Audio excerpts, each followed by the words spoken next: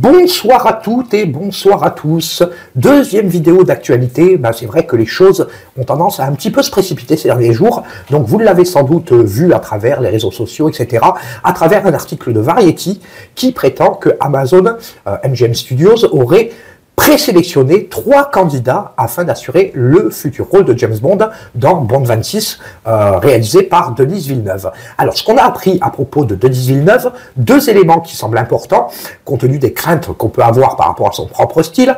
Premièrement, il n'aura pas la main sur le scénario, et deuxièmement, il n'aura pas la main non plus sur le montage final du film. Donc, c'est-à-dire qu'en fait, on revient un petit peu à une situation similaire à ce qu'on avait connu à l'époque de Cubby Broccoli et au début de l'arrivée de Barbara Broccoli et de son demi-frère Michael Wilson, c'est-à-dire en fait c'est les producteurs qui prennent la décision finale, et c'est pas plus mal parce qu'on a vu quelque part les travers que ça pouvait engendrer, où finalement le réalisateur prenait plus d'importance qu'autre chose, et l'acteur principal lui-même avait tendance à trop s'impliquer dans la production du film, avec les excès qu'on connaît, et notamment le final de Mourir peut attendre.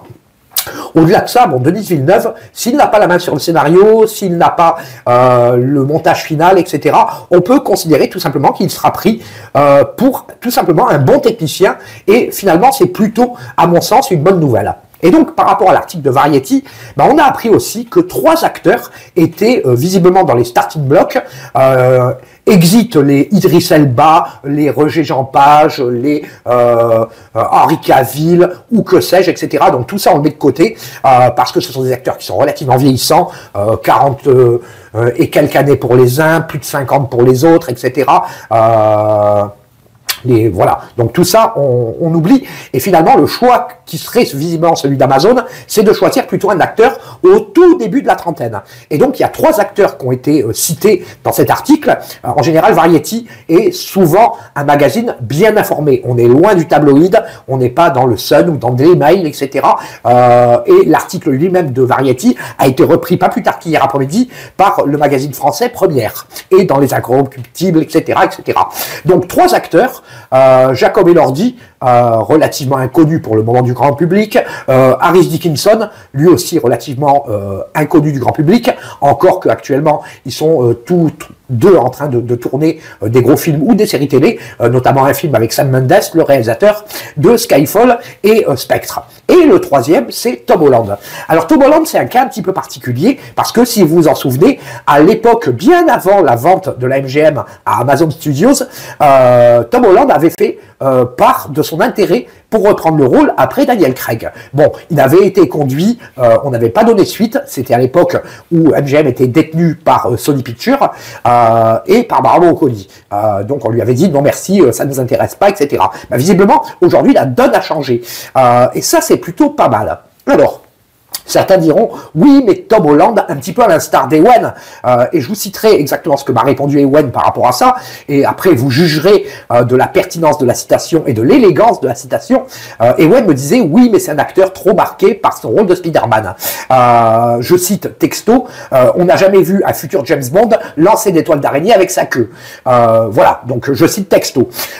Effectivement, oui, l'argument est recevable. On avait très peu d'acteurs qui étaient marqués par des rôles précédents, etc. Peut-être exception faite d'ailleurs de Roger Moore, qui, quand il a repris le rôle de James Bond en 1972, donc pour tournage de Vivre et c'est mourir en 1973, il était quand même relativement marqué par le rôle de Simon Templar, alias le Saint. Un peu moins par celui de Brett Sinclair dans la série Amicalement Vôtre, en anglais The Persuaders. Mais ça, je pense que ce n'est pas gênant. Le deuxième argument qui revient régulièrement, c'est de reprocher un petit peu à Tom Holland son petit gabarit.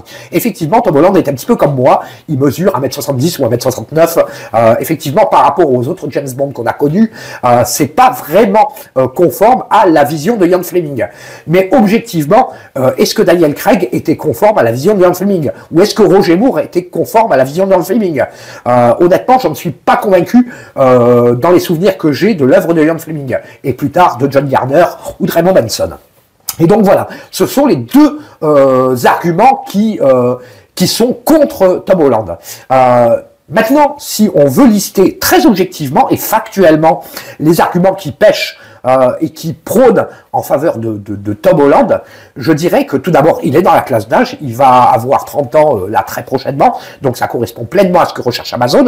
Et pourquoi Amazon justement recherche ça?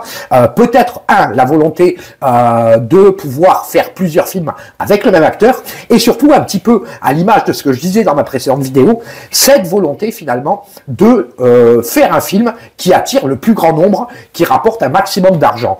Le choix de Denis Villeneuve, je pense qu'il n'était pas totalement innocent, réalisateur bankable, etc., très en vogue, etc. Tom Holland rentre dans cette tendance-là aussi. Il a une notoriété mondiale, etc. Il plaît aux jeunes générations, même aux plus anciennes générations, etc. Je pense que de ce point de vue-là, ce n'est pas un mauvais choix. En plus, accessoirement, il est britannique, selon la tradition. Bon, même si l'un des deux autres est australien, et comme chacun sait, Georges Lazenby en 69 était australien. Donc, il est britannique, il est attiré par le rôle de James Bond, il a fait part déjà de son intérêt, et au-delà de ça, je trouve que ce n'est pas un mauvais acteur. Et après tout, même s'il a des carences au niveau de son jeu, dans les différents films qu'on a pu voir de lui, etc., n'est-ce pas le rôle d'un réalisateur, finalement, de diriger son acteur principal? Donc, le fait de dire, oui, mais il ne sait pas jouer, etc., parce que ça, je l'ai entendu, je pense que s'il est bien dirigé, un petit peu à l'image d'un Roger Moore, quelque part, il peut parfaitement faire l'affaire. Et justement, par rapport à son jeu, je pense qu'un Tom Holland pourrait nous renvoyer un petit peu à un jeu plus léger, moins lourd de conséquences, un petit peu comme on l'a connu à l'époque de Timothy Dalton ou plus récemment à l'époque de Daniel Craig.